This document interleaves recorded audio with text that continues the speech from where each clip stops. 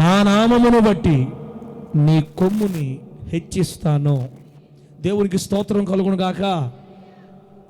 ప్రియులరా, కాబట్టి ఈ సంవత్సరం అంతా మనం ఆ వాగ్దానాన్ని ధ్యానం చేస్తా వెళ్ళాలి. నమ్ముట నీ వలననైతే నమ్మిన వానికి అదేదో కాగితాల మీద ఇస్తారులే, అదొక ఆచారం అయిపోయింది అనుకోకండి. అది కాగితాల మీద ఉన్న వాగ్దానం అనుకోకండి, అదొక మాటలు, అది పదాలు అనుకోకండి. ఆ వాగ్దానంలో ఉన్న శక్తి ఎట్లా ఉంటుందో నేను మీకు వాక్యంలో చూపిస్తాను. ఇప్పుడు పోయిన సంవత్సరం ఏం వాగ్దానం చెప్పండి? జనములు నీ వెలుగునకు వస్తారు, వచ్చెదరు. రావటం ప్రారంభమైంది.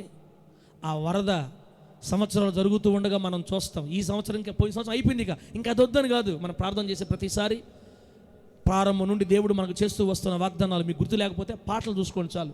పాటలో లాస్ట్ వచ్చినలో ఉంటుంది మన వాగ్దానం. ప్రతి పాటకి కొత్త పాటల్లో లాస్ట్ వచ్చినలో ఏ వాగ్దానం ఉంటే అదే ఆ సంవత్సరం వాగ్దానం. ప్రతి సంవత్సరం ఒక సంవత్సరం వాగ్దానం చాలా సంతోషం వేసింది నాకు. మీరు యెహోవా చేత ఆశీర్వదించబడిన జనమని. తర్వాత చెప్పండి, అది మీరు యెహోవా చేత ఆశీర్వదించబడిన జనమని మిమ్మును చూచిన వారందరూ ఒప్పుకుంటారు.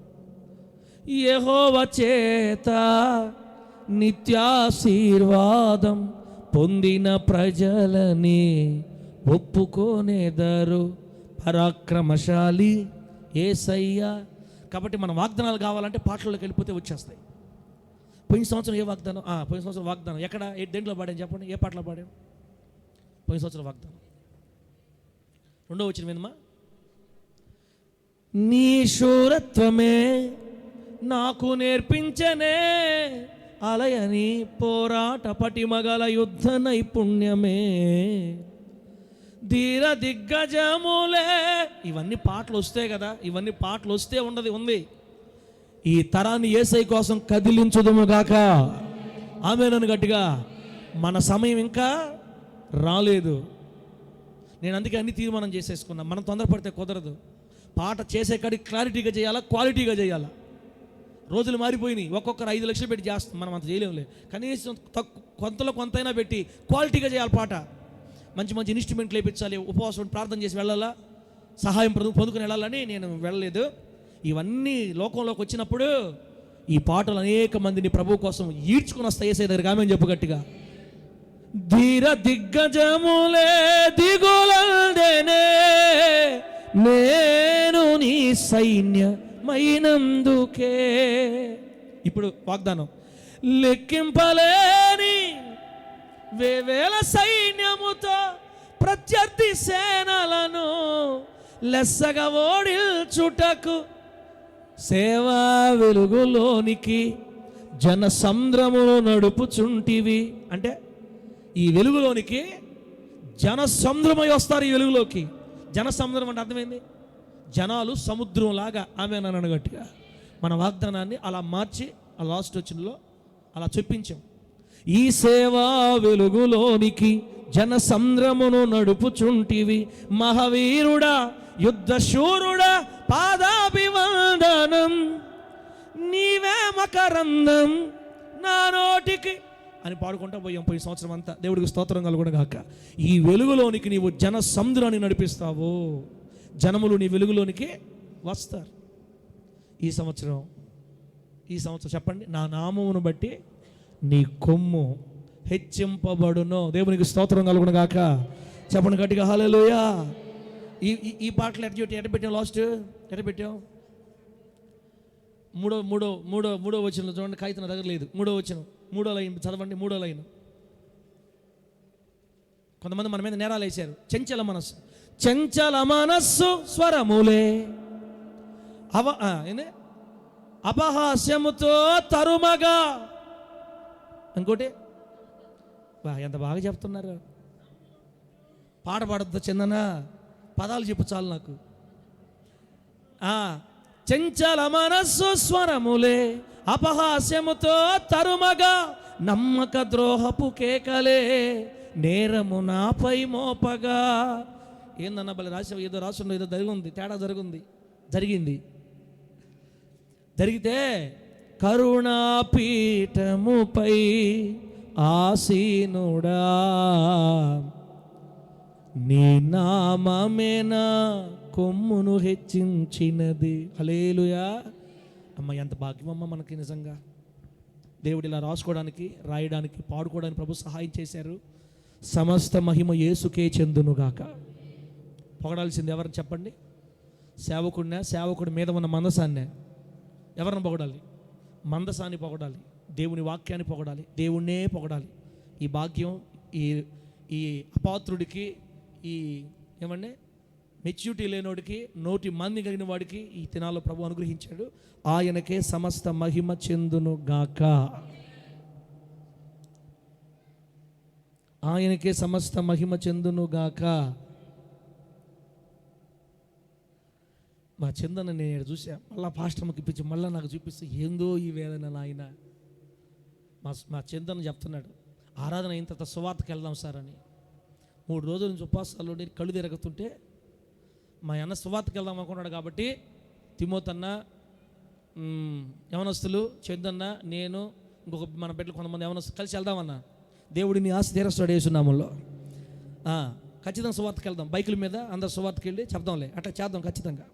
మా అన్న ఆశ, పాపం ఎంత మంచి ఆశ చూడండి. సార్ నాకు ₹1,00,000 అడగట్లా, ప్రార్థన అయిన తర్వాత సువార్తకి వెళ్దాం అంటున్నాడు. జానపాల నాటోలు వెళ్దాం, ఇబ్బందిలే, ఏం ఇబ్బందిలే, ఆయిల్ పట్టిద్దాం ఎందుకు అన్నకి. పరిశుద్ధ గ్రంథంలోంచి దేవుని వాక్యం చదవడం తీయండి బిడ్డరా. వాగ్దానం దగ్గరికి వెళదాం. పరిశుద్ధ గ్రంథంలో నుంచి దేవుని వాక్యం దగ్గరికి వెళదాం.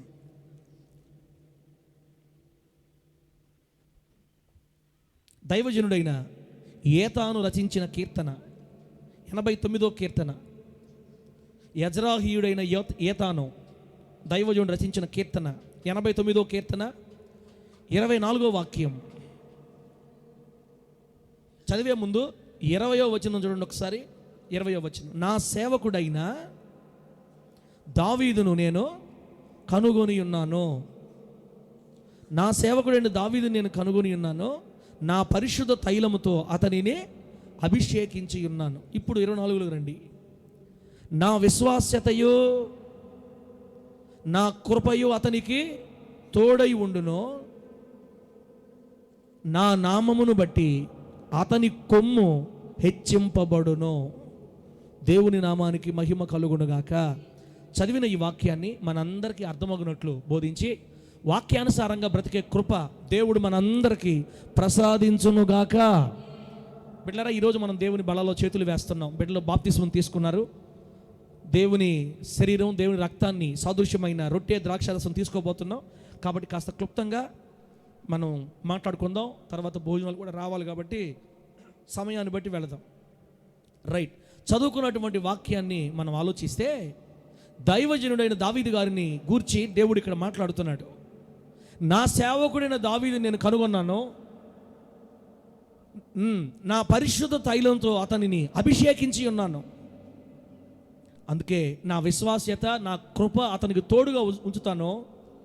నా నామాన్ని బట్టి అతని కొమ్మును నేను హెచ్చిస్తాను. దేవునికి స్తోత్రం కలుగునుగాక. నా నామమును బట్టి నీ కొమ్ము హెచ్చింపబడును. కొమ్ము ఫస్ట్ తెలుసుకోవాలి. కొమ్ము అంటే ఏంటి ప్రియులారా? కొమ్ము బలమునకు సాదృశ్యం. కొమ్ము అధికారానికి సాదృశ్యం. కొమ్ము ఘనతకు సాదృశ్యం. కొమ్ము రాజరికానికి సాదృశ్యం. 4 కొమ్ము అంటే బలానికి సాదృశ్యం, అధికారానికి సాదృశ్యం, ఘనతకు సాదృశ్యం, రాజరికానికి సాదృశ్యం. ఈ 4 పదాలు పెట్టి ఇప్పుడు మన వాగ్దానాన్ని మనం చదివితే, నా నామమును బట్టి నీ బలమును నేను హెచ్చించేదను. దేవునికి స్తోత్రం కలుగును గాక. నా నామమును బట్టి నీ అధికారమును నేను హెచ్చించేదను. నా నామమును బట్టి నీ రాజరికమును నేను హెచ్చించేదను. కొట్టేది గట్టిగా చప్పలు కొట్టు, కొట్టేది గట్టి కొట్టు. నా నామమును బట్టి నీ కొమ్ము హెచ్చింపబడును. దేవునికి స్తోత్రం కలుగును గాక. హల్లెలూయా. నా నామాన్ని బట్టి నీ అధికారం, నా నామాన్ని బట్టి నీ ఘనత, నా నామాన్ని బట్టి నీ బలము, నా నామమును బట్టి నీ రాజరికాన్ని నేను హెచ్చిస్తాను. దావీదు గారి మీద ఇంత ప్రేమ కలిగి దేవుడు మాట్లాడాడండి ఏతాను అనే దైవజనుడి ద్వారా. ఈ 2024 సంవత్సరంలో ఈ మొదటి ఆరాధనలో దేవుని మందిరంలో కూర్చున్న మనందరితో పరిశుద్ధాత్మ దేవుడు ఇదే మాట్లాడుతున్నాడు. బిడ్డలారా, ఈ సంవత్సరం నేను మీ అధికారాన్ని హెచ్చిస్తాను, నేను మీ బలమును హెచ్చిస్తాను, నేను మీ రాజరికాన్ని హెచ్చిస్తాను, నేను మీ పిల్లరా ఇంకోటి ఏం చెప్పాను, మీ ఘనతను నేను హెచ్చిస్తాను, హెచ్చించేదను. అంటే మన దేవుడికి మన పట్ల ఎప్పుడు మనం కృంగిపోవాలని, చేతగాని వాళ్ళగా ఉండిపోవాలని, దరిద్రులుగా ఉండిపోవాలని, కన్నీళ్లలోనే ఆగిపోవాలని, పనికి మాలిన వారిగా ఉండిపోవాలని, ఎప్పటికీ తన బిడ్డలు వెలివేయబడిన వారుగా ఉండిపోవాలని ఆయన కోరుకునేవాడు కాదు. దేవునికి స్తోత్రం కలుగునుగాక. ప్రభు ఏం చెప్పాడు ద్వితీయోపదేశకాండం 28:1, నీ దేవుడైన యెహోవా మాట నీవు విని ఆయన ఆజ్ఞలు అనుసరించి నడుచుకొని ఎడల భూమి మీదనున్న సమస్త జనముల కంటే నేను నిన్ను హెచ్చిస్తాను. దేవునికి స్తోత్రం. ఆయన మనల్ని భూమి మీద ఉన్న సమస్త జనాల కంటే హెచ్చించాలని కోరుకుంటున్నాడు. కోరుకునే కదా చెప్పులు కుట్టుకునేవాడిని అమెరికా దేశానికి అధ్యక్షునిగా మార్చాడు దేవుడు. చెప్పులు కుట్టుకున్నవాడిని అబ్రహాం లింకన్, తన తండ్రి చెప్పుల షాపులో పనిచేసే ఒక సాధారణ మనిషిని ప్రపంచాన్ని పరిపాలించగలిగిన, దేశాన్ని పరిపాలించగలిగిన అధ్యక్షునిగా దేవుడు తన సేవకుడు, తన బిడ్డను మార్చుకున్నాడు. అబ్రహాం లింకన్ గారు మంచి భక్తిపరుడు, వాళ్ళ అమ్మ నాన్న మంచి ప్రార్థనాపరులు. దేవుని కోసం నిలబడిన ఏ ఒక్కరిని కూడా ప్రభు విడిచిపెట్టేవాడు కాదు. ఈ 2024 సంవత్సరంలో గుండెల మీద రాసి పెట్టుకోండి, నిశ్చయముగా మన అధికారాన్ని, మన బలాన్ని, మన ఘనతని, మన రాజరికాన్ని దేవుడు హెచ్చించబోతున్నాడు. దేవునికి స్తోత్రం కలుగును గాక. గట్టి చెప్పండి హల్లెలూయా. నమ్ముట నీ వలనైతే ఎన్నావులే చాలా అన్నాం అనుకో, మాకు సంబంధం లేదు, ఇక్కడ మాకు సంబంధం లేదు. ఆల్రెడీ ఇప్పటికే కొంతమంది బలాన్ని దేవుడు హెచ్చించడం ప్రారంభించాడు. ఆల్రెడీ కొంతమంది ఘనతని దేవుడు హెచ్చించడం ప్రారంభించాడు. ఎంత ప్రేమగల దేవుడు అండి, నిజంగా ఎంత ప్రేమగల దేవుడు. ఇక్కడ కూర్చున్న ప్రతి బిడ్డ యొక్క బలమును దేవుడు హెచ్చించాలని కోరుకుంటున్నాడు. కొంతమంది అనుకుంటారు దేవుడు మనల్ని ఇట్లాగే వదిలేస్తాడేమో, ఆయన మనల్ని హెచ్చించడేమో. ఒకవేళ అయినా దేవుడు హెచ్చిస్తే మన పరిస్థితి ఇట్లాగే ఎందుకు ఉంటాయి? ఒకవేళ దేవుడు హెచ్చించదలిస్తే ఇన్ని సంవత్సరాలుగా మనం ఎందుకు కోలబడిపోయాం? కొంతమంది నమ్మలేరు వాగ్దానాన్ని.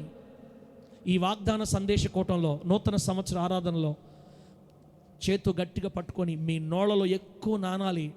పోయిన సంవత్సరం చాలామంది ఎక్కువ ప్రార్థన చేయలేదు, అసలు వాగ్దానం గురించి ప్రార్థన చేయలేదు. మీరు నేను ఆదివారం వాక్యం ముందు చెప్తేనే గుర్తుపెట్టుకునేవాళ్ళు, కానీ ప్రతిరోజు ప్రతిరోజు ప్రతిరోజు నోళ్లలో నమలాలి. యేసయ్యా, నా నామాన్ని బట్టి నీ కొమ్ము హెచ్చిస్తానని చెప్పావు, నన్ను ఆశీర్వదించు, నా కొమ్మును హెచ్చించయ్యా, నా బలాన్ని, నా ఘనతని, నా రాజరికాన్ని, నా బలాన్ని నువ్వు ఆశీర్వదించు ప్రభువా, హెచ్చించు ప్రభువా. మాట ఇచ్చిన వాడివి, మాట తప్పు వాడవు కావు. దేవుడు ఎప్పుడు మాట తప్పడం నాకు గుర్తులేదండి. నా పట్ల దేవుడు మాట తప్పడం ఎప్పుడు గుర్తులేదు. ఆయన మాట తప్పడానికి మనలాంటి నరుడు కాదు. ఆమేనండి. ఆయన నరుడైతే మాట తప్పుతాడు, దేవుడు కదా, ఆయన మాట తప్పడు. నా కొమ్ము హెచ్చిస్తే ఎలా ఉంటుందో నేను నా కళ్ళారా చూసా. నా తండ్రి ఆశ్చర్యపోయాడు, మా నాన్న, నా బంధుమిత్రులు ఆశ్చర్యపోయారు, సంఘబిడ్డలు ఆశ్చర్యపోయారు. ఎలా సాధ్యం అసలు? నెల్లూరులో మందిరం కొట్టివేయబడింది. కొంతమంది మనం అంటే గిట్టని వాళ్ళు పండగ చేసుకున్నారు. అన్న న్యాయాధిపతి ఇంక ఈ రోజుతో బోడుగోడు తోటలో మాయమైపోయినట్టే కదా అని నాతోనే అన్నారు. తమ్ముడా, దేవుడి చిత్తం అయితే మనం చెప్పలేం, ప్రభు ఆజ్ఞాపించాలి. ఆ ఆజ్ఞ కొరకు ఎదురు చూస్తానని బాధతో కన్నీళ్లు వాళ్ళ ముందు విధిస్తే అవమానంగా ఉంటుందని మౌనంగా వెళ్ళిపోయా. ఇది దేవుడు కోరుకున్న పరిచర్య, ఇది దేవుడు ఏర్పరిచిన పరిచర్య, రమ్మని పిలిచిన పరిచర్య. ఆమేనానండి. దేవుడు కొమ్మును హెచ్చించదలిస్తే ఆయన ఏ విధముగానైనా గొప్ప కార్యాలు చేస్తాడు. మన బలాన్ని తగ్గిపోయిందని అందరూ అనుకున్నారు, మన బలం ఉడిగిపోయిందని అనుకున్నారు. మనుషులు దేముందలే అనుకుంటా ఉంటారు. అందుకే 3వ వచనం రాశాం కదా, 3వ వచనం ఏమని చెప్పండి. ఇప్పుడు ఇందా చదివా, నిరాశ కాదు, చంచల మనస్సు స్వరాలు అపహాస్యంతో తరిమేయి. సంఘానికి కొంతమంది బిడ్డలు వచ్చారు, వాళ్ళ మనస్సులు చంచల మనసులు అయిపోయినాయి, స్థిరమైన మనసు లేదు. దేవుడు మనల్ని ఇక్కడ నడిపించినప్పుడు మరణం వరకు నమ్మకంగా ఒకే సంఘంలో ఉండాలా. ఆమేనా గట్టిగా ఉండరు, లేరు, ఉండలేదు. కొంతమంది వాళ్ళు పోతా పోతా ఏం చేశారంటే ఎగతాళి చేస్తా వెళ్ళారు మనల్ని. వాళ్ళ మనసే చంచల మనస్సు. చంచల మనసు అంటే ఒక దగ్గర కుదురుగా ఉండేది కాదు, ఓరగా కదిలిపోతుంటుంది. విమనస్సు అంటారు బైబిల్లో. చంచల స్వభావం. ఊరకే కదిలిపోవటం. పిల్లరా, పోతా అపహాస్యంగా మమ్మల్ని పడుచుకోవట్లేదు, మా ఫోన్లు ఎత్తట్లేదు, మమ్మల్ని అటు చేయట్లేదు అని కేకలేసి అపహాస్యంతో మనల్ని దరివి బయటికి వెళ్ళి మన మీద నేరాలు మోపి నమ్మక ద్రోహపు కేకలు నేరాలు మన మీద మోపితే కరుణాపీఠం మీద ఆసీనుడై ఉన్న దేవుడు, ఆమేననండి గట్టిగా. కరుణాపీఠం అంటే మందసం దైవజనుని భుజాల మీద ఉన్న మందసపు మూతని కరుణాపీఠం అంటారు. దేవునికి స్తోత్రం కలుగునుగాక. మందసపు పెట్టెని మూసే మూతనే ఏమంటారు? కరుణాపీఠం.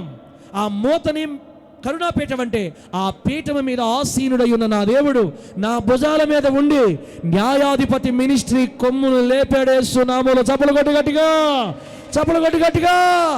నేను నీ కొమ్మును హెచ్చిస్తాను. హల్లెలూయా.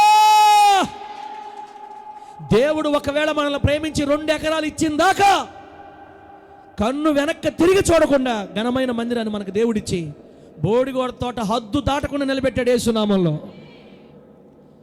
మీరు ఆ రోడ్లో చూసారో లేదో, ఆ రోడ్లు పాపం చిన్న గుడారం వేసుకుని రాత్రి నుంచి ఎంత బాధపడుతున్నారో తెలుసా? మీకు తెలియదు.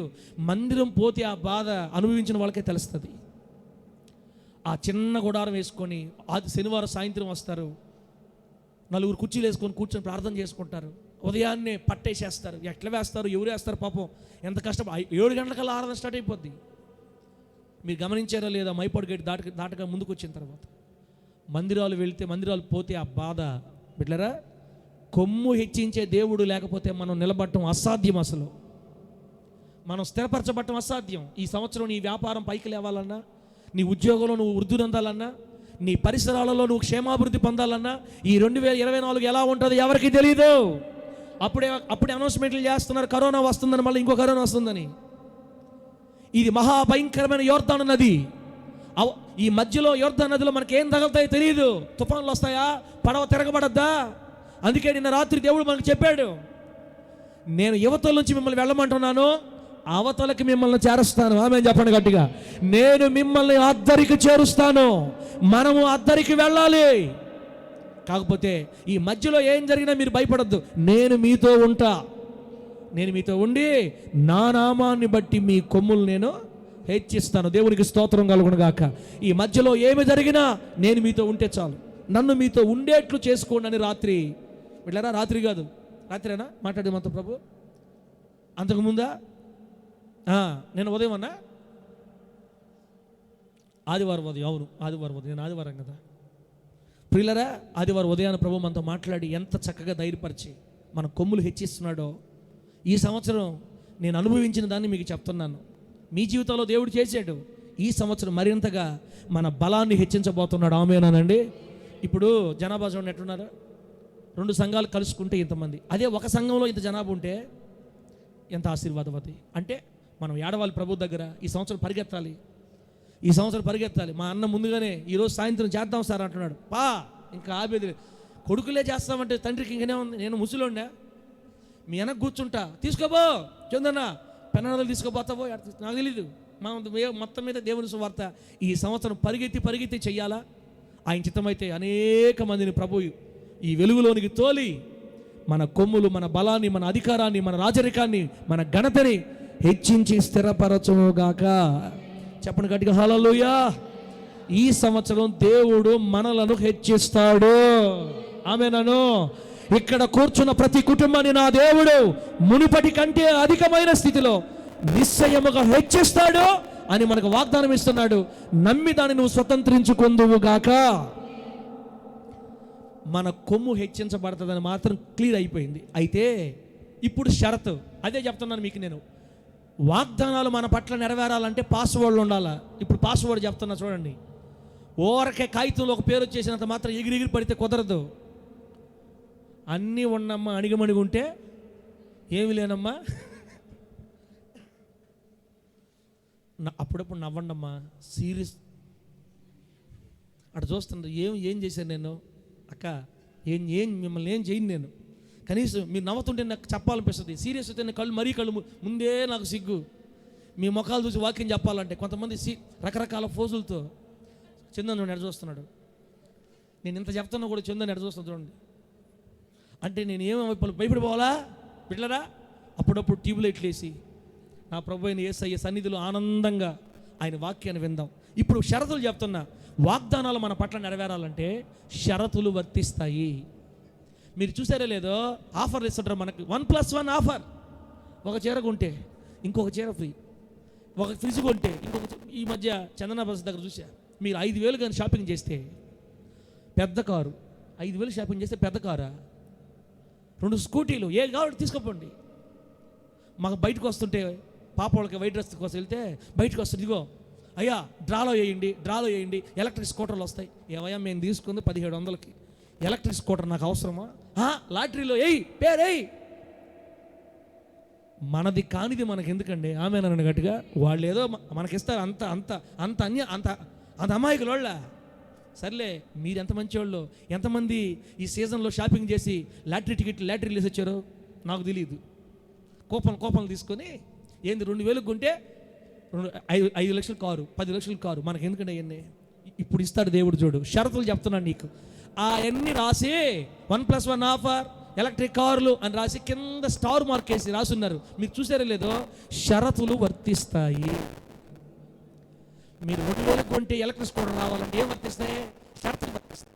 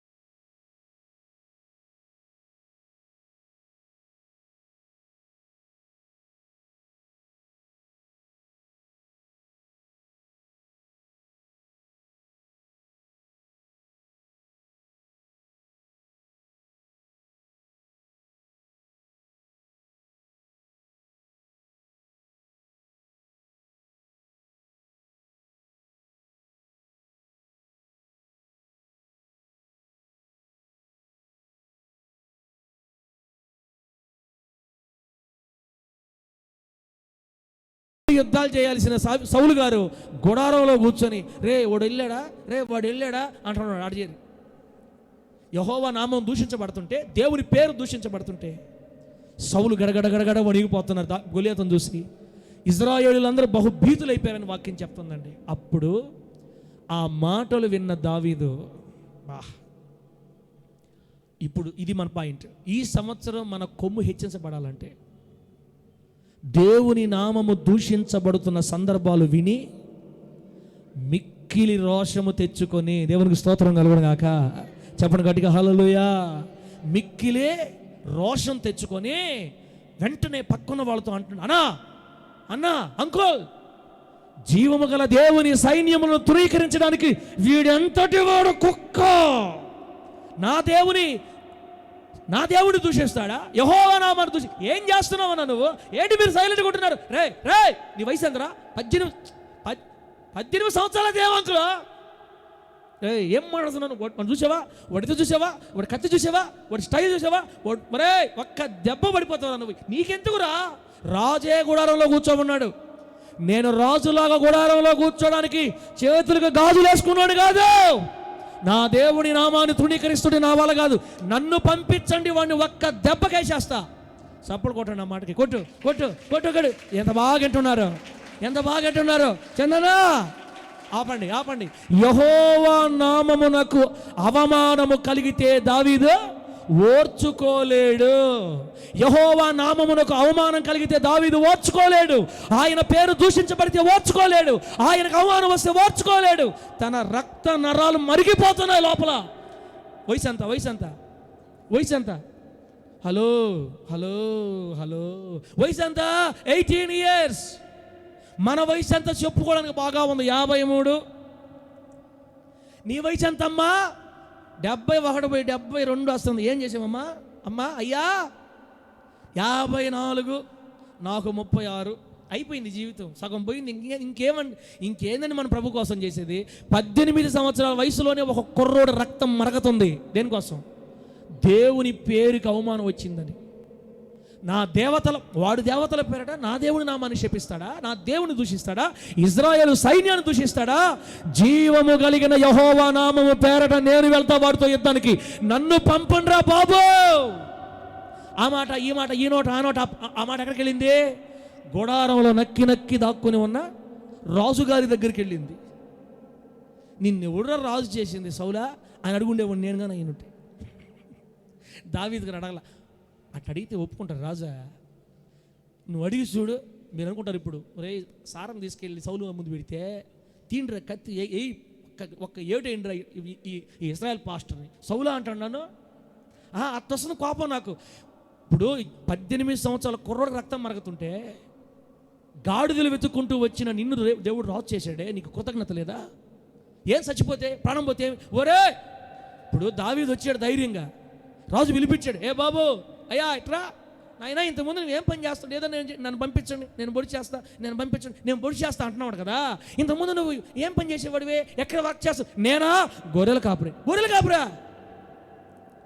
ఒరే ఎవడురా ఈయన తీసుకొని వచ్చింది? రాజా నా మనవి విను, నేను గొర్రెల కాపరినైతే అవ్వచ్చు, కానీ వాడు దేవుని నామాన్ని దూషిస్తున్నాడు రాజా, నా వల్ల కావట్లా. యెహోవా నామాన్ని అపవిత్రం చేస్తున్నాడు రాజా, నా వల్ల కావట్లా, నన్ను పంపు. ఒరే నిన్ను పంపితే పోతే నువ్వు పోతావు, నువ్వు చచ్చావంటే మమ్మల్ని అందరం తీసుకెళ్ళి వాళ్ళు బానిసలు చేసుకుంటారా, నువ్వు ఆగరా నువ్వు అంటే.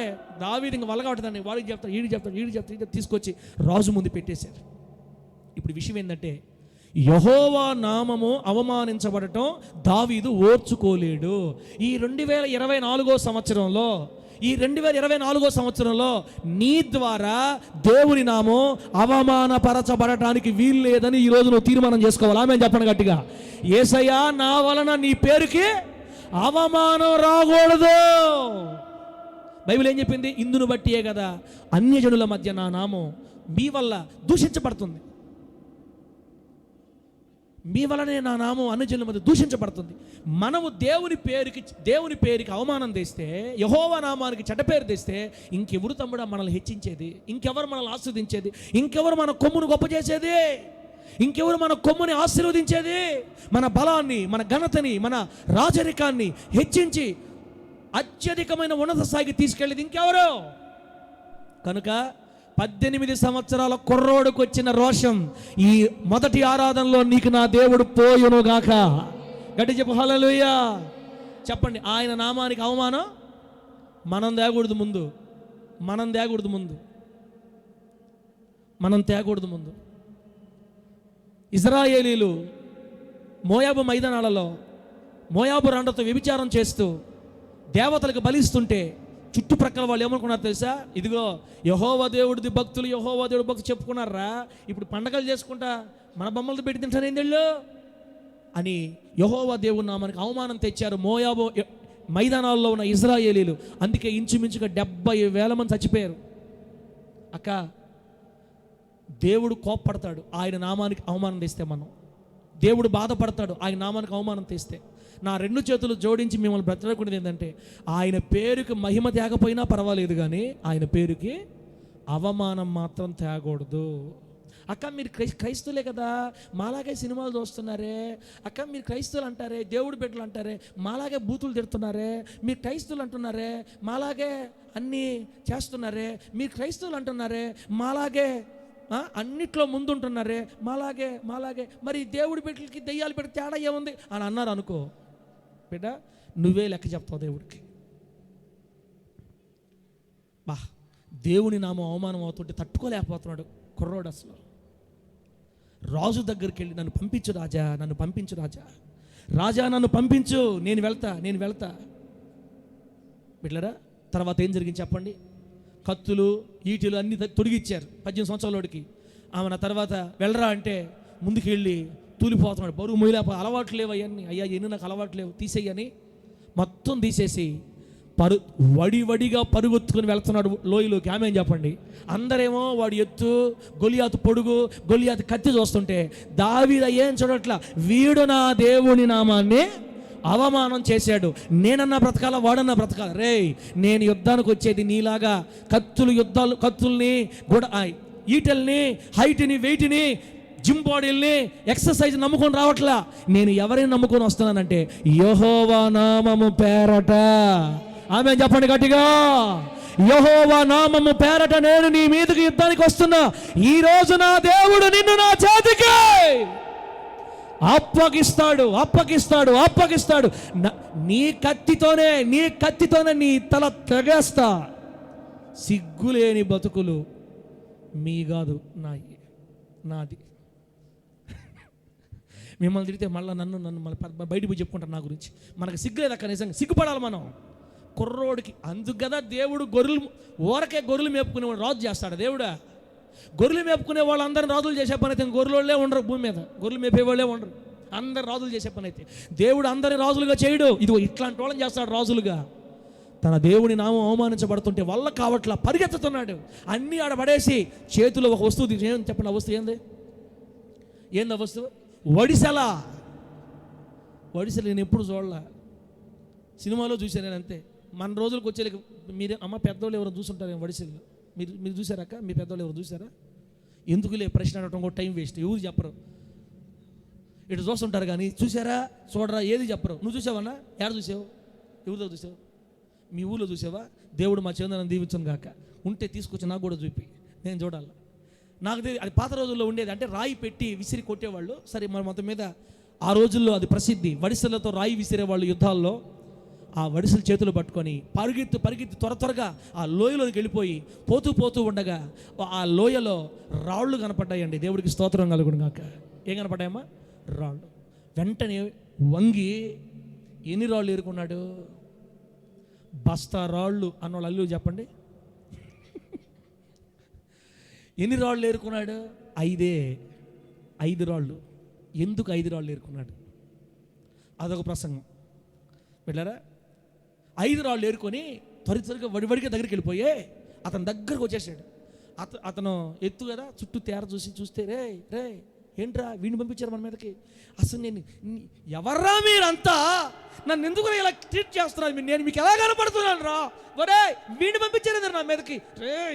ఒరే చూసిన చిన్న సైజు కుక్క డాగులాగా ఉన్నావు నువ్వేంద్ర నా మీదకి వచ్చామని ఏదో తిరుగుతుంటే నువ్వు రారా ముందు చూసుకుందాం, నువ్వు రా. మాటలొద్దు. ఏమన్నావురా? నీవు తిరస్కరించిన ఇశ్రాయేలీల దేవుడైన యెహోవా నామము పేరట వస్తున్నా నీ మీదకి, నువ్వు కాదు నన్ను తెగేసి రా.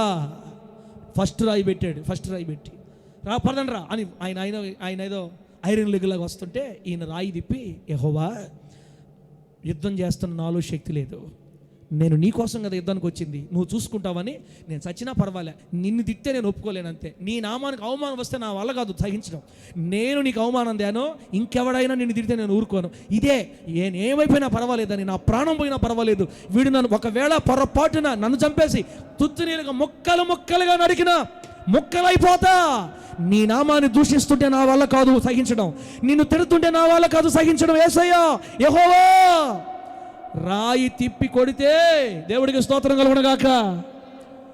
ఫస్ట్ రాయి ఫెయిల్ అయిపోయిందా? ఒకటే రాయి వాడాడా? ఎన్ని రోజులు వాడాడు చెప్పండి? ఎన్ని రోజులు వాడాడు? 5 రోజులు. ఎన్ని రోజులు వాడాడు? ఫస్ట్ రాయే. యెహోవా నామం పేరట యుద్ధానికి పోతే ఒక్కటి కూడా వేస్ట్ అవ్వదు. ఫస్ట్ రాయే. మీరు బాగానండి, ఆ రాయి అంట తగిలి కింద పడలా. మీరు చదివారో లేదు, ఆ రాయి తగిలి కింద పడలా. నుదురు చొచ్చినందున అని ఉంటుంది బైబిల్. అంటే ఇక్కడ తగిలి లోపలికి వెళ్ళిపోయింది రాయి. ఇక్కడ తగిలి మనం రాయితో కొడుతున్నా, రాయి లోపలికి వెళ్ళిపోద్దనా? రాయి లోపలికి పోవాలంటే ఏ స్పీడ్తో కొట్టాలా? గన్తో పేలుస్తామే, తుపాకులతో పేలుస్తా చూడండి. తుపాకులతో పేలిస్తేనే లోపలికి వెళ్తుంది రాయి. ఒక మనిషి అంత వేగంగా రాయి విసరగలడా? పుర్రులోకి వెళ్ళిపోయి అంత స్పీడ్తో రాయి మనిషి విసరగలడా? ఆయన నామం కోసం మన రోషం పూనితే మన కార్యాలన్నీ యేసయ్యే చేస్తాడు. ఆమేన్ చెప్పు గట్టిగా. చప్పట్లు కొట్టండి, యేసయ్య కోసం చప్పట్లు కొట్టండి. మా నవీన్ అని చెప్పాడు, అన్న నువ్వు బాది కొట్టేస్తావు, మొత్తం బల్ల పోద్దని చెప్పాడు. ఏం చేద్దాం, వచ్చేస్తుంది బల్ల ఆడ ఇరిగిపోతే పర్వాలేదు, మళ్ళీ ఇంకోటి తెచ్చుకుని అవసరం, తప్పు చేసాయి నా ఈఎంఐలో. దేవుడి నామానికి మహిమ కలుగును గాక. యెహోవా నామము కొరకు రోషము పూనిన వాళ్ళ పక్షాన దేవుడే నిలబడి యుద్ధం చేస్తాడు అన్నదానికి దావీదు గొల్యాతుల యుద్ధమే సాదృశ్యం. రాయి చొచ్చుకుపోయింది లోపలికి. దావీదు విసిరిన మొట్టమొదటి రాయి పేరు అపోస్తలుల బోధ. ఆమేనండి, అపోస్తలుల బోధ. నీకు సరైన వాక్యం నీ చేతిలో ఉంటే చాలు, ఇంకొకటి చేత నువ్వు దేవునికి అవమానం తేవో, నీవు దేవుని నామాన్ని అవమానం చేయలేవో, ఇంకొకరు దేవుని నామాన్ని దూషించేటట్టు నువ్వు దూషించకుండానట్లుగా నువ్వు జాగ్రత్త తీసుకుంటావు. నా బాధ మీకు అర్థమైంది అనుకుంటున్నాను నేను ఈరోజు. ఈ సంవత్సరం దేవుడు మన కొమ్ములు హెచ్చించాలంటే ఆయన నామం మన ద్వారా అవమానపరచబడకుండా చూసుకోవాలి. ఆయన నామం అవమానపరచబడేది చీకటి కార్యాల ద్వారా, మనలో దాగి ఉన్న పాపం ద్వారా, మనలో కార్యము చేస్తున్న దుష్క్రియల ద్వారా, అంధకార క్రియల ద్వారా. అక్క ఎన్ని సంవత్సరాల్లో మనం వాక్యం వింటా ఉన్నాం, మళ్ళీ ఇంటికి వెళ్తాం, షరా మామూలే.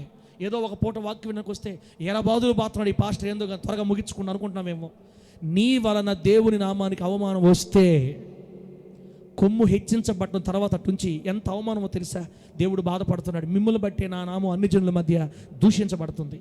బైబిల్ రాయబడింది యెహోవా నామం పరిశుద్ధమైనది. ఆమేన్ గట్టిగా. ఆయన పేరు ఏ పేరు?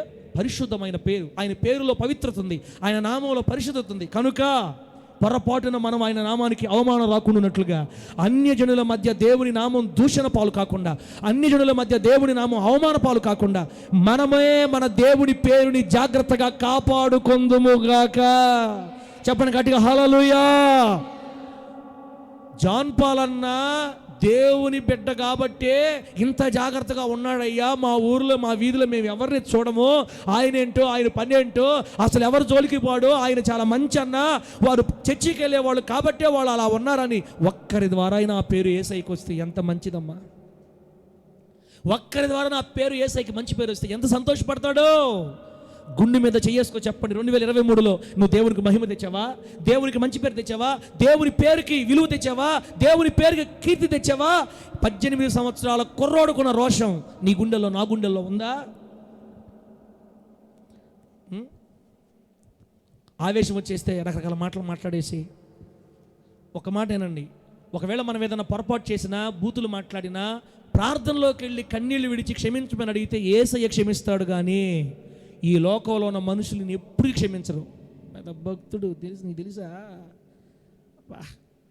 పైకి డూపు మనుషులు క్షమించరు, అసలు మనల్ని అసలు క్షమించరు. వీళ్ళు జరిగిపోయిందాన్నే రేపతా ఉంటారు. అందుకే అన్ని జనుల మధ్య దేవుని పేరుకి చెడ్డ పేరు రాకుండా జాగ్రత్త పడాలి మనం. అంతే. నా ప్రభువైన యేసయ్య ఆత్మ సంబంధమైన కృపని దేవుడు మనందరికి అనుగ్రహించును గాక. గట్టి చెప్పండి హల్లెలూయా.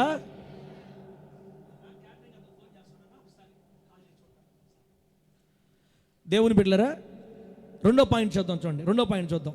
ప్రార్థన చేసుకుందాం, ఇక సమయం అవుతుంది. రెండో పాయింట్ ఫస్ట్ చెప్పండి అమ్మా. దేవుని నామాన్ని మన ద్వారా ఏం జరగకూడదు? అవమానం తేకూడదు. ఎట్టి పరిస్థితి 2024లో అవమానం రాకుండా. ఎందుకు ఆయన నామాన్ని బట్టే మన కొమ్ము హెచ్చింపబడద్ది. ఆ నామాన్ని జాగ్రత్త చూసుకోకపోతే, ఆ పేరుని, దేవుని పేరుకి మచ్చ లేకుండా, దేవుని పేరుకి మచ్చ లేకుండా మనం బ్రతకగలిగితే నిశ్చయంగా మన కొమ్ములు దేవుడు హెచ్చించి స్థిరపరుస్తాడు. ఆయన నామమునకే మహిమ కలుగును గాక. రెండో సంగతి, దేవుని నామాన్ని బట్టి మనకు ఖచ్చితంగా శ్రమలు కలుగుతాయి. గుర్తుపెట్టుకోండి, 2024లో దేవుని నామాన్ని బట్టి మనకు శ్రమలు వస్తాయి. మత్తయి సువార్త రాయబడింది, ఇదిగో నా నామమును బట్టి మీరు అనేక జనముల చేత ద్వేషించబడతారు. అందరి చేత మీరు ద్వేషించబడతారు. ఈరోజు కొంతమంది బాప్తిసాలు తీసుకున్నారు. మా అక్క లూదియమ్మ అని పేరు పెట్టాం. కొడుకులకి ఎవరికి ఇష్టం లేదు దేవుళ్ళకి రావటం, అయినా తెగించు చేసింది దేవుడి దగ్గరికి. రేపటి నుంచి లూది అక్కడ అందరు ద్వేషిస్తారు. నువ్వు దేవుడి దగ్గరికి వెళ్ళావు, నువ్వు మాకు అవసరం లేదు, వెళ్ళిపో, నీకేం పాలు పంపలేవని దూషిస్తారు, తిడతారు, హేళన చేస్తారు, గాయాలు చేస్తారు. ఈ నామాన్ని బట్టి, ఈ పేరును బట్టి అందరూ మనల్ని వ్యతిరేకించి శత్రువులుగా మారుతారు. అప్పుడేం చేయాలి? సారీ, తూచి తెలుసో తెలియకో ప్రభువా యేసయ్యా నీ దగ్గరకు వచ్చేసి బాప్తిసం తీసుకున్నా అని చెప్పి వెనక్కి వెళ్ళిపోదామా? దేవుని నామము కొరకు ఆమేన్ గట్టిగా. ఈ పేరు కోసం, యేసు అనే ఈ పేరు కోసం, యెహోవా అనే ఈ పేరు కోసం ఈ 2024లో మనకు ఎన్ని శ్రమలు వచ్చినా ధైర్యముగా ఎదుర్కొని నిలబడుదుము గాక. ఇప్పుడు మన కథానాయకుడి దగ్గర రండి, దావీదు గారి దగ్గర రండి. గొలియాతును ఒక రాయితో కొట్టి చంపేశాడు, తల తెగవేశాడు, జయము ఇశ్రాయేలుకి వచ్చింది. ఇశ్రాయేలు ఫిలిష్తీయుల మీద జయం పొందారు. సంతోషం గాన ప్రతిగానాలు పాడి ప్రభువును స్తుతించారు. ఒక రోజు ఏం జరిగిందంటే, సౌలు గారు మార్గం వెళతా ఉండగా ఆ గ్రామంలో ఉన్న స్త్రీలు పాటలు పాడుకుంటూ రోడ్లోకి ఎదురొచ్చారు. స్త్రీలు పాటలు పాడుతున్నారు, స్తుతులు పాడుతున్నారంట. ఏం పాడుతున్నారంటే, సౌలుకు 1000 కొలదిగాను, దావీదుకు 10,000 కొలదిగాను అని పాడారు. స్తుతులు అని పాడారు పాట. సౌలు రాజుకేమో 1000 అన్నారు, దావీదుకేమో 10,000 అన్నారు. ఆ మాట విన్నాడండి సౌలు. ఏమరా, ఈ దావీదు రాజ్యం తప్ప ఏం తీసుకోగలరు నా దగ్గర నుంచి? అంటే వాడికి 10,000 పాడతారా? రాజుకేమో 1000 పాడతారా? అంటే దేశంలోని ప్రజలందరూ దావీదు మీద తిరిగిపోయారు. దేశంలో ప్రజలందరూ కళ్ళు దావీదు మీకు వెళ్ళిపోయాయి. ఇప్పుడు అందరూ దావీదును పోగొడుతున్నారు. అంటే నేను చేతగానే ఉన్నా, ఎర్రోన్నా, ఇదిగో వీడు బ్రతుకుంటే ఇంకా నా రాజ్యానికి స్థిరత ఉండదు, వీడిని చంపేయాలి, దావీదుని చంపేయాలి, దావీదుని సంహరించాలి. ఒరే బుద్ధి లేని సౌలు రాజా, అంత గొప్ప వీరుణ్ణి ఒక్క రాయితో మట్టు పెట్టింది దావీదు అనుకుంటున్నావా? బుద్ధి లేనోడా, దావీదుని వెనక ఉండి నడిపిస్తున్న యెహోవా నామం. ఆమె చెప్పగట్టిగా. నువ్వు డైరెక్ట్గా దావీదుతో పోరాడుతున్నావు, కానీ నువ్వు దావీదుకి శత్రువుగా మారేవి. ఈరోజు నువ్వు ఇండైరెక్ట్గా యెహోవా దేవునికి శత్రువుగా మారిపోయావురా నువ్వు. సౌలు రాజా ఎన్నిసార్లు ఈట విసిరాడో చూడండి. ఏ రోజైతే యెహోవా నామము కొరకు తన ప్రాణాన్ని పణంగా పెట్టి వాడితో యుద్ధం చేశాడో ఆ రోజు నుంచే దావీదుకి శ్రమలు స్టార్ట్ అయిపోయాయి. మిన్నల్లిని తరిమినట్టుగా, పిచ్చుకొని తరిమినట్టు తరుగుతున్నాడు. ఈదుల్లో, ఎడారుల్లో, అరణ్యంలో, లోయల్లో, కొండల్లో, గుట్టల్లో 12 సంవత్సరాలు ఇంచుమించు తల్లిదండ్రులు చూడకుండా కొండల్లోనే, గుట్టలో నివాసం చేశాడు దావీదు. అమ్మా, ప్రాణం అడ్డం పెట్టి దేశం కొరకు, ప్రజల కొరకు యుద్ధం చేసిన వాడిని తీసుకెళ్ళి ఏం చేయాలంటే తన రాజ్యంలో సింహాసనం పక్కనే కూర్చోబెట్టి ఒక మంత్రిగా చేసేయాలి. ఆమె చెప్పండి గట్టిగా. పోస్ట్ ఇచ్చి మంచి స్థానంలో పెట్టాల్సిన సౌలు వాడు చావును కోరుకుంటున్నాడు. దావీదు చావును కోరుకుంటున్నాడు. ఇంచుమించుగా అనేక మార్లు ఈటని విసిరాడు చంపాలని. సైన్యాన్ని తీసుకొని కొండలు, లోయలు తరుముతున్నాడు. వీడిని చంపితే కానీ బిడ్డా, యెహోవా నామము పేరట ఈ సంవత్సరం మీకు కొన్ని శ్రమలు రావచ్చు. దేవుని నామాన్ని బట్టి మీకు కొన్ని శ్రమలు రావచ్చు. అందుకే చెప్తున్నా, 2024 ఎలా ఉంటుంది ఎవరికి తెలియదు. దేవుని బట్టే, యెహోవా పేరును బట్టి మీకు శ్రమలు రావచ్చు. ఒకవేళ దేవుని కొరకు ఒకవేళ మనకు శ్రమలు వస్తే, పౌలు గారు చెప్తున్నారు, మనం శ్రమలు అనుభవిస్తూ దేవుని రాజ్యం చేరుదుము గాక. గట్టిగా చెప్పండి హల్లెలూయా. చెప్పండి గట్టిగా హల్లెలూయా. నా నామాన్ని బట్టే మీ కొమ్ము హెచ్చించబడద్ది. మీ బలము, మీ అధికారం, మీ ఘనత, మీ రాజరికం హెచ్చించబడాలంటే నా నామం, ఆ నామం కొరకు మీకు శ్రమలు వస్తే ఓర్చుకుంటారా? ఆ నామాన్ని బట్టి మీకు హింసలు వస్తే ఓర్చుకుంటారా? అపోస్తుల కార్యాల్లో పేతురు గారితో ప్రధాన యాజకులు చెప్తున్నారు, ఇదిగో ఇంకొకసారి యేసు నామాన్ని బట్టి కనుక నువ్వు మాట్లాడితే తీసుకెళ్ళి నేను జైల్లో వేసేస్తా, ఇంకెక్కడ కూడా నువ్వు యేసు నామాన్ని బట్టి మాట్లాడకూడదు అని శిష్యులతో ప్రధాన యాజకులు అంటే పేతురు అంటున్నాడు, మేము చూచిన వాటిని, విన్న వాటిని, కన్న వాటిని చెప్పకుండా ఉండలేము. మీరు మమ్మల్ని జైల్లో వేస్తారని భయపెడితే భయపడి యేసునామాన్ని బోధించకుండా మేము ఆపాలా? అట్టిది నాకు దూరమగునుగాక, నా ప్రాణమైనా పోగొట్టుకుంటాను, కానీ యేసునామాన్ని ప్రకటించకుండా నేను ఉండలేను. చెప్పినట్టే తీసుకెళ్ళి పేతురు గారి చెరసాలలో వేసేశారు. దేవుడు తన దూతను పంపి విడిపించుకున్నాడు. ఆమేనండి. యేసునామం కోసం శ్రమలు వస్తాయి, యేసునామాన్ని బట్టి హింసలు వస్తాయి, యేసునామం కొరకు బాధలు వస్తాయి, యేసు పేరును బట్టి మనకు కొన్ని ఇబ్బందులు కలుగుతాయండి. ఈ సంవత్సరం నువ్వు దేవుడి కోసం శ్రమ పడడానికి ఇష్టపడితే నా ప్రభు అయిన యేసయ్య, దావీదు 18 సంవత్సరాల యవనస్తుడు కొండల్లో లోయలో తిరుగుతున్నాడు. ఏం తప్పు చేసి, ఏం పాపం చేసి? తన ప్రాణం అడ్డం పెట్టి ఇశ్రాయేలు కోసం యుద్ధం చేసినందుకు, యెహోవా నామం కొరకు యుద్ధం చేసినందుకు ఈరోజు మరణకరమైన పరిస్థితి ఎదుర్కొంటున్నాడు. నీ జీవితంలోకి దేవుడు శ్రమను అనుభవిస్తే నమ్మకంగా ఓర్చుకోవాలి, మనం నమ్మకంగా నిలబడాలి. ఆయన నామం కొరకు ఎన్ని శ్రమలైనా, సకల జనముల చేత ద్వేషించబడుతున్నా యేసు కొరకు రోషము కలిగి దావీదు వలె శ్రమలు సహించి నిలబడుదుముగాక. ఎవరి కోసం శ్రమ సహించాల్సి? దేనికోసం? ఆయన నామం కోసం. ఆయన నామం కొరకు శ్రమపడే మనసుని మనం ధరించాలి. ప్రియులరా, లాస్ట్ మాట, 12 సంవత్సరాల శ్రమ తర్వాత దావీదుని దేవుడు రాజుగా చేశాడు, స్థిరపరిచాడు, తన నగరు కట్టుకున్నాడు, సెటిల్ అయిపోయాడు. గొర్రెల వెనక తిరుగుతున్న దావీదు బలాన్ని హెచ్చించాడు. ఆమె చెప్పండి. దావీదు ఘనతని హెచ్చించాడు. ఆమె చెప్పండి. దావీదు రాజరికాన్ని హెచ్చించాడు. ఆమె చెప్పండి. దావీదును అన్ని విధాలుగా దేవుడు హెచ్చించాడు. దేవుని నామాన్ని ప్రేమించిన దావీదు ఎక్కడా ఓడిపోలా. నేను రోషంగా చెప్తున్నాను, న్యాయాధిపతి మినిస్ట్రీ విశ్వాసులుగా మీరు, న్యాయాధిపతి సేవకుడిగా నేను యేసు నామము కొరకు నిలబడితే మన పరిచర్యని నెల్లూరు జిల్లాకు దీవెనకరంగా మారుస్తాడు యేసు నామంలో. ఇది ఎవరు కాదన్న నగ్న సత్యం. ఆయన ఇదే స్థాయిలో మన ఎన్నడికి నిలబడు. గొర్రెల వెనక తిరుగుతున్న వాడిని సింహాసనం మీద కూర్చుండబెట్టినట్టుగా హెచ్చించిన నా దేవుడు ఈ పరిచర్యని, మీ కుటుంబాల్ని ఈ సంవత్సరం ఉన్నత దిశ వైపు హెచ్చించునుగాక. ఎప్పుడు ఆయన నామం కొరకు నిలబడాలి, శ్రమపడాలి, ఓర్చుకోవాలి, సహించాలి. ఎన్ని శ్రమలైనా ఆయన నామం కొరకు నువ్వు నిలబడాలండి. ఆ నామానికి అవమానం రాకుండా నువ్వు అడ్డుపడాలా. నీ వల్ల అవమానం రాకూడదు, ఇంకొకరు అవమానించేటట్టు నువ్వు చేయకూడదు. జాగ్రత్తగా ఉండాలి. లాస్ట్ మాట, ఇప్పుడు రాజు అయిపోయాడు, యుద్ధాలన్నీ అయిపోయాయి, జయించాడు, సింహాసనాలు ఇచ్చాడు, స్థిరపరిచాడు, పిల్లల్ని ఇచ్చాడు, వృద్ధి చెందాడండి. ఒకరోజు రాత్రి మంచం మీద పడుకో ఉంటే ఒక ఆలోచన. ఈ మాట బాగినాలి. ఒకరోజు రాత్రి దేవుడు దావీదు గారు మంచం మీద పడుకో ఉంటే ఒక ఆలోచన. నేనేమో దేవదారు మ్రాణులతో కట్టిన నగరులో, దేవదారు మ్రాణులతో చేసిన మంచం మీద, డబల్ కాట్ బెడ్ మీద, మెత్తని పరుపు మీద పడుకో ఉంటే నా దేవుని మందసం ఎక్కడుంది చెప్పండి? ఎక్కడుంది? గుడారపు తెరల మాటున, గుడారంలో ఉంది, చిన్న పట్టలో ఉందండి. అసలు రాజుగారికి ఎందుకు ఈ ఆశ? అసలు ఈ ఆలోచనలు నాకు అర్థం కాల. దేవుడు నీకు ఆస్తిని ఇచ్చాడు, అంత ఐశ్వర్యం ఇచ్చాడు, భార్యలు ఇచ్చాడు, పిల్లల్ని ఇచ్చాడు, హోదాని ఇచ్చాడు, ఒక పెద్ద పబ్లిసిటీ. ఇశ్రాయేలు సామ్రాజ్యానికి చక్రవర్తిగా దావీదు ఉంటే దేవుడు మళ్ళా అయిపోయింది. దేవుడి సంగతి హెచ్చిచ్చేస్తే అయిపోయింది. ఉద్యోగం రాకముందు దేవుడు, అప్పులు తీరకముందు దేవుడు, ఇల్లు కట్టకముందు దేవుడు, పిల్లలకు పెళ్ళిళ్ళు కాకముందు దేవుడు, అయిపోయినాయి కదా, ఇంకెందుకు దేవుడు?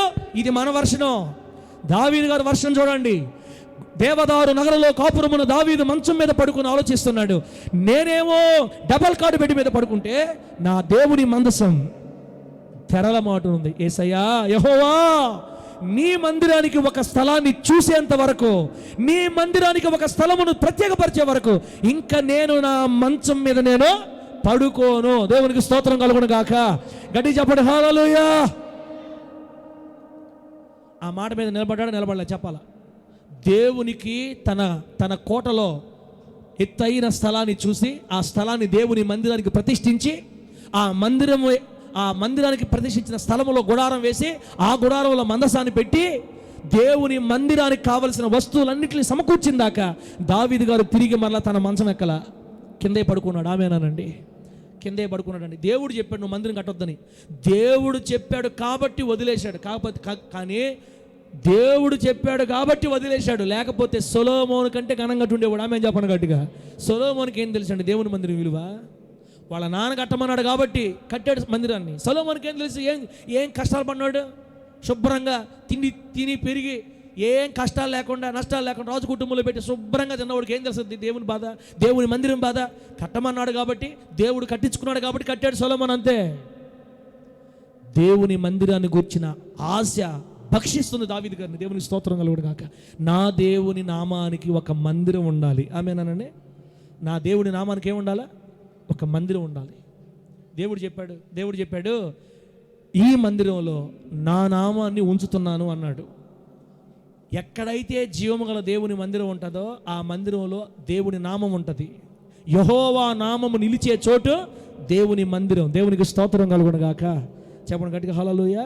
అందుకే మనం దేవుని నామం కోసం మందిరాలు కట్టాలి. దేవుని పేరు కోసం మందిరాలు కట్టాలి. మందిరాలు కట్టాలంటే ఏ ఇంట్లో మందిరం కట్టమని కాదు బిడ్డలారా. ఈ హృదయం అనే మందిరాన్ని, హృదయం అనే ఈ శరీరం అనే ఆలయాన్ని, దేవుడు కోరుకున్న ఆలయం మన శరీరాన్ని దేవుని కొరకు నిర్మించి సిద్ధపరిచి ఆయన నామం బయట ఉండకుండా, అనాథగా ఉండకుండా ఆ నామాన్ని ప్రతిష్ఠించే చోటుగా నీ దేహాన్ని స్థిరపరిచి సిద్ధపరిచి యేసు చేతుల్లో మనం అప్పగించాలి. దేవునికి స్తోత్రం కలుగును గాక. దేవుని మందిరాన్ని కట్టాలన్న కోరిక, యెహోవా నామము కొరకు నేను ఒక మందిరాన్ని కట్టాలన్న కోరిక మొట్టమొదటి స్టార్ట్ అయింది దావీదు గారి గుండెల్లోనే. సౌలు రాజు గుండెల్లో కలగలేదు ఆ ఆశ. తన ఆస్తి, తన పాస్తులు, తన పిల్లలను చూసుకున్నాడు. కానీ దేవుని మందిరం కోసం ఆలోచించి ఆయన నామం ఘనమైన నామం, నా దేవుని నామానికి ఖ్యాతి కలగాలంటే ఒక ఘనమైన మందిరాన్ని కట్టాలి. ఒక రాజుగా నేనే ఇంత నగరంలో ఉంటే ఆకాశ మహాకాశాలు పట్టజాలనంత నా దేవుని కోసం ఎంత మందిరాన్ని కట్టాలి? నేను ఒక రాజమందిరాన్ని కడతా. యెహోవా నామానికి ఖ్యాతి తెచ్చే ఒక మందిరాన్ని కట్టి దేవుణ్ణి సంతోషపెట్టిన దావీదులాగా ఈ సంవత్సరం యేసుకి నీ శరీరాన్ని ఒక అందమైన మందిరంగా కట్టి గిఫ్ట్గా ఇస్తావా? ప్రార్థన చేసుకుందాం ఇప్పుడు. గిఫ్ట్గా ఇస్తావా? ఈ సంవత్సరం నీ దేహం దేవునికి ఒక ఆలయంగా గిఫ్ట్గా ఇచ్చేయాలి. నీ దేహంకి నువ్వు వాడుకోకూడదు, నీ దేహాన్ని చెడు వాటికి వాడకూడదు, నీ శరీరానికి వేరే వాటికి వాడకూడదు. ఆయన నివాసయోగ్యమైన మందిరంగా కట్టి యేసయ్య చేతు గిఫ్ట్గా యేసయ్య పేరు కోసం, యేసయ్య నామం కోసం నీ శరీరాన్ని ఒక బహుమతిగా ఇవ్వాలని ప్రభువు కోరుకుంటున్నాడు. ఇంత గొప్ప కార్యాలు చేశాడండి దావీదు. ఇటువంటి గొప్ప దైవజనుడు మనకు మాదిరిగా ఉండటం మనకు ఆశీర్వాదం. దేవునికి స్తోత్రం కలుగును గాక. చెప్పండి గట్టిగా హల్లెలూయానే. చెప్పండి గట్టిగా హల్లెలూయానే. యెహోవా నామం కోసం దావీదు ఏమేం చేశాడమ్మా? 3 త్వరగా చెప్పండి. 1 ఏం చేశాడు? అన్యజనుల మధ్య ఆయన నామానికి అవమానం కలగనివ్వలేదు. కలిగితే ఓర్చుకోడు, ఒప్పుకోడు, ప్రాణం అడ్డం పెట్టి అయినా యుద్ధం చేస్తాడు. మనం కూడా ఈ 2024 సంవత్సరంలో ఎవ్వరి ద్వారా కూడా దేవుని నామానికి అవమానం కలగకుండా, దేవుని పేరుకు చెడపేరు రాకుండా, నీ వలన అస్సలు రాకుండా అధిక భయంతో, దేవుని భయంతో ఈ సంవత్సరం అంతా మనల్ని మనం కాచుకుంటూ వెళ్ళాలి దావీదు గారిలాగా. రెండోది, దేవుని నామాన్ని బట్టి కొన్ని శ్రమలు వస్తాయి. నిశ్చయముగా దేవుని పేరు కోసం మనకు శ్రమలు వస్తాయి. నీకు మందిరం కావాలనుకుంటే ఈ పని మానేయి అంటాడు నువ్వు పనిచేసే దగ్గర. నీకు దేవుని మందిరం కావాలనుకుంటే ఈ షాపులో మానేయి అంటారు. నీకు దేవుడి మందిరం కావాలనుకుంటే వదిలేయ్ అంటారు. దేవుని మందిరం కావాలా? దేవుని నామం కోసం శ్రమలు కావాలా? దేవుని కోసం శ్రమ పడలేని డబ్బు కావాలో నువ్వే తీర్మానం చేసుకో. ఆయన నామం కొరకు ఏ శ్రమైనా నువ్వు భరించడానికి ఈ 24లో సిద్ధంగా ఉండాలి. లాస్ట్ది, ఆయన నామం కొరకు నీ దేహం అనే ఆలయాన్ని పూర్తిగా కట్టి యేసయ్య చేతుల్లో పెట్టేయి. దావీదు గారు దేవుని ఘనమైన మందిరం కట్టించినట్లుగా ఈ దేహం అనే ఆలయాన్ని దేవుని చేతుల్లో పెట్టు. నువ్వు ఎలా హెచ్చించబడవో నా కళ్ళతో నేను చూస్తా. ఈ సంవత్సరం మన మినిస్ట్రీని, మన ప్రజలని ఆయన నామమును బట్టి బలం విషయంలో, అధికారం విషయంలో, ఘనత విషయంలో, రాజరికం విషయంలో మనల్ని హెచ్చించి మన ప్రభు మనల్ని సమృద్ధిగా ఆశీర్వదించును గాక. నా నామమును బట్టి నీ కొమ్ము హెచ్చింపబడును. కళ్ళు మూసుకోండి, ప్రార్థన చేసుకుందాం.